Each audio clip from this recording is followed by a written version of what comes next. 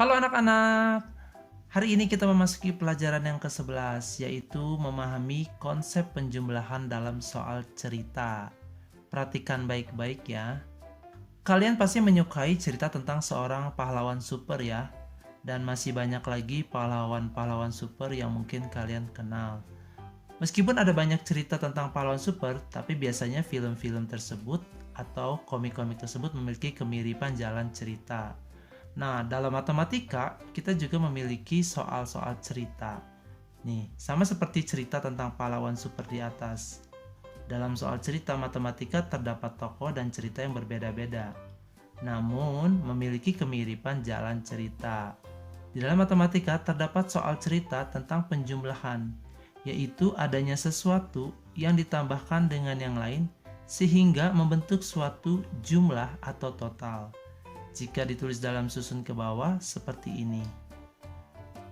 Nah, rumusnya atau formulanya adalah sesuatu ditambahkan yang lain menghasilkan nilai total.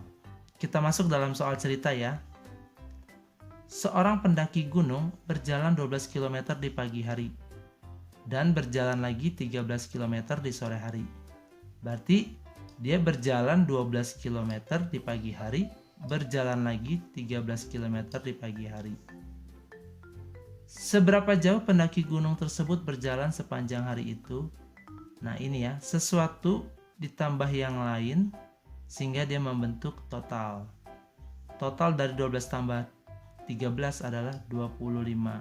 Jadi jawabannya adalah 25 km. Contoh kedua. Sebelum bel berbunyi, ibu guru menghitung ada 8 murid di dalam kelas. Setelah bel berbunyi dan murid-murid yang lain masuk, ibu guru menghitung ada 23 murid di dalam kelas. Berarti pertama ada 8 murid. Tetapi setelah itu total murid menjadi 23. Nah, berapakah yang masuk lagi ke dalam kelas sehingga murid di dalam kelas itu totalnya 23? Nah, ini bentuk kalimat matematikanya. 8 ditambah sesuatu sama dengan 23. Masih ingat tentang himpunan fakta? Berarti untuk menyelesaikannya adalah 23 dikurang 8. Hasilnya 15. Berarti ada 15 anak lagi yang masuk ke dalam ruangan kelas. Ini soal berikutnya. Yudhistira diberi ibu Rp230 untuk membeli mainan dan uangnya sekarang adalah Rp374.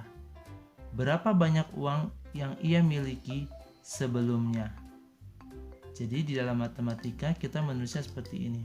Ibu memberi Rp230 kepada Yudhistira untuk membeli mainan, tetapi dia sebelumnya memiliki uang.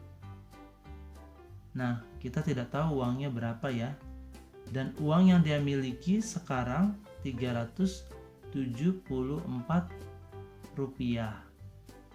Nah, titik-titik ini kita ganti dengan yang lain. Sesuatu ditambah yang lain menjadi totalnya 374. Kita akan menggunakan himpunan fakta untuk menyelesaikan soal ini. Berarti 374